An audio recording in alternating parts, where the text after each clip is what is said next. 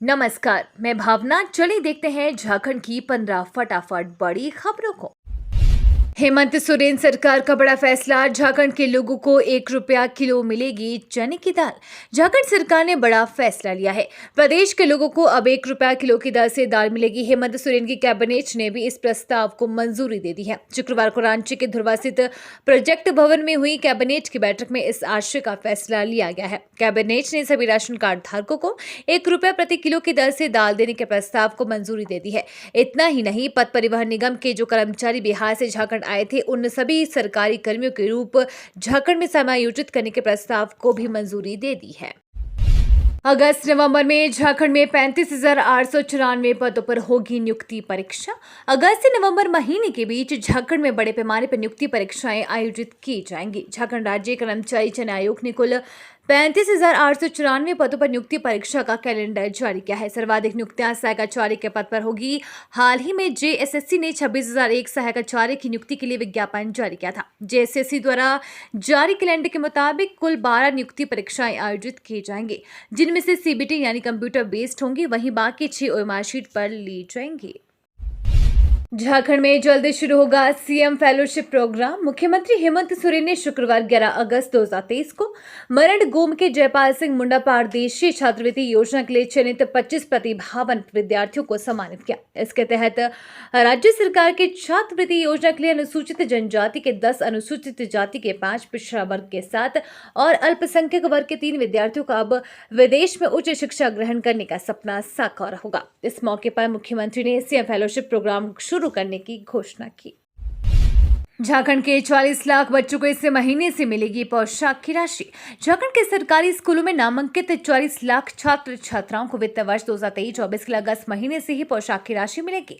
बच्चों के बीच सितंबर तक राशि का वितरण कर दिया जाएगा। स्कूली शिक्षा व साक्षरता विभाग ने जिलों को 210 करोड़ की राशि के साथ 7 गाइडलाइन जारी कर दी।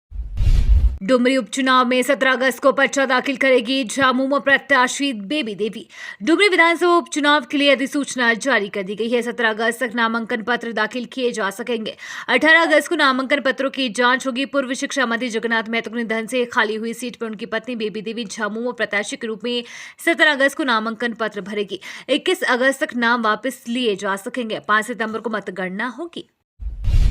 प्रधानमंत्री नरेंद्र मोदी ने कहा, झारखंड के सबसे पिछड़े 34 प्रखंडों का होगा तेजी से विकास। नीति आयोग के सहयोग से राज्य के सबसे पिछड़े 34 प्रखंडों का तेजी से विकास करने की रूपरेखा बनी है। देश भर में ऐसे 500 एस्पिरेशनल प्रखंडों का चयन हुआ है। इसमें झारखंड के 34 प्रखंडों को शामिल किया गया है। प्रधानमंत्री नरेंद्र मोदी कई प्रखंड के कार्यक्रमों को लेकर संबंधित सभी जिलों के उपायुक्तों के साथ कॉन्फ्रेंस के माध्यम से बात करेंगे। इसमें झारखंड के सभी डीसी शामिल होंगे। सीएम बोले, देश भर में आदिवासियों को खत्म करने की मुहिम चल रही। झारखंड आदिवासी महोत्सव का समापन हो गया। महोत्सव के दूसरे दिन बिरसा मुंडा स्मृति उद्यान में लोक कला और संस्कृति के जरिए समृद्ध आदिवासी जीवन दर्शन की झलक मिली। झारखंड सहित देश भर के कलाकारों ने एक से बढ़कर एक प्रस्तुति दी। समापन अवसर पर आदिवासियत के एक जीवन शैली विषय पर परिचर्चा आयोजित की गई। इसमें मुख्यमंत्री हेमंत सोरेन ने कहा, देश भर में आदिवासियों को खत्म करने की मुहिम चल रही है। झारखंड में जेएमएम विधायक लोबिन हेब्रम ने रखा तीर धनुष वाला सुरक्षा गार्ड। झारखंड में सत्तारूढ़ झारखंड मुक्ति मोर्चा के विधायक लोबिन हेब्रम ने अपने लिए तीर धनुष वाला सुरक्षा गार्ड रखा है। लोबिन हेब्रम बोरियो विधानसभा सीट से विधायक हैं और पिछले 1 साल से हेमंत सोरेन सरकार के खिलाफ मोर्चा खोल रखा है। विधानसभा के हालिया मानसून सत्र के दौरान उन्होंने पत्थर माफिया से जान को खतरा बताते हुए सुरक्षा की मांग की थी। तब ये सूचना आई थी कि गृह मंत्रालय ने लोबिन हेब्रम को एक्स श्रेणी की सुरक्षा दी है। सुप्रीम कोर्ट का केंद्र सरकार को आदेश, कहा हेट स्पीच को रोकने के लिए कमेटी का गठन करें। सुप्रीम कोर्ट ने शुक्रवार को नफरत भरे भाषण के मामलों पर गौर करने के लिए केंद्र सरकार से एक समिति गठित करने के लिए कहा है। साथ ही कहा है कि हेट स्पीच को कोई भी स्वीकार नहीं कर सकता है। इसके अलावा कोर्ट ने समुदायों के बीच सौहार्द और भाईचारा बरकरार रखने की आवश्यकता पर बल देते हुए हरियाणा में हाल में हुई सांप्रदायिक दंगों के मद्देनजर दर्ज मामलों की जांच के लिए राज्य के पुलिस महानिदेशक द्वारा समिति गठित किए जाने पर भी विचार किया। आप सांसद राघव चड्ढा राज्यसभा से निलंबित, विशेषाधिकार समिति की रिपोर्ट आने तक रहेंगे सस्पेंड। आम आदमी पार्टी के राघव चड्ढा और संजय सिंह को विशेषाधिकार समिति का फैसला आने तक राज्यसभा से निलंबित किया गया है। राघव चड्ढा ने ट्वीट कर लिखा कि मैं सस्पेंड सांसद राघव चड्ढा, संसद में मेरा क्या अपराध है? मैंने संसद में खड़े होकर दुनिया की सबसे बड़ी पार्टी के सबसे बड़े नेताओं से सवाल पूछा था। दिल्ली सेवा बिल पर भाजपा के सबसे बड़े नेताओं से न्याय की मांग करी थी। भाजपा को संसद में आईना दिखाया था। इसी हफ्ते मुझे विशेषाधिकार समिति से 2 नोटिस मिले थे। कोई रिकॉर्ड नहीं है। इसी सत्र में आपके 3 सांसदों को सस्पेंड कर दिया गया है, संजय सिंह, सुशील रिंकू और मुझे। अब मैं विशेषाधिकार समिति के सामने अपनी बात रखूंगा। लाल किले के आसपास से ट्रेनों की आवाजाही पर रोक। स्वतंत्रता दिवस को लेकर लाल किले की सुरक्षा बढ़ा दी गई है। साथ ही समारोह के दौरान लाल किले के आसपास से ट्रेनों की आवाजाही पर रोक भी लगा दी गई है।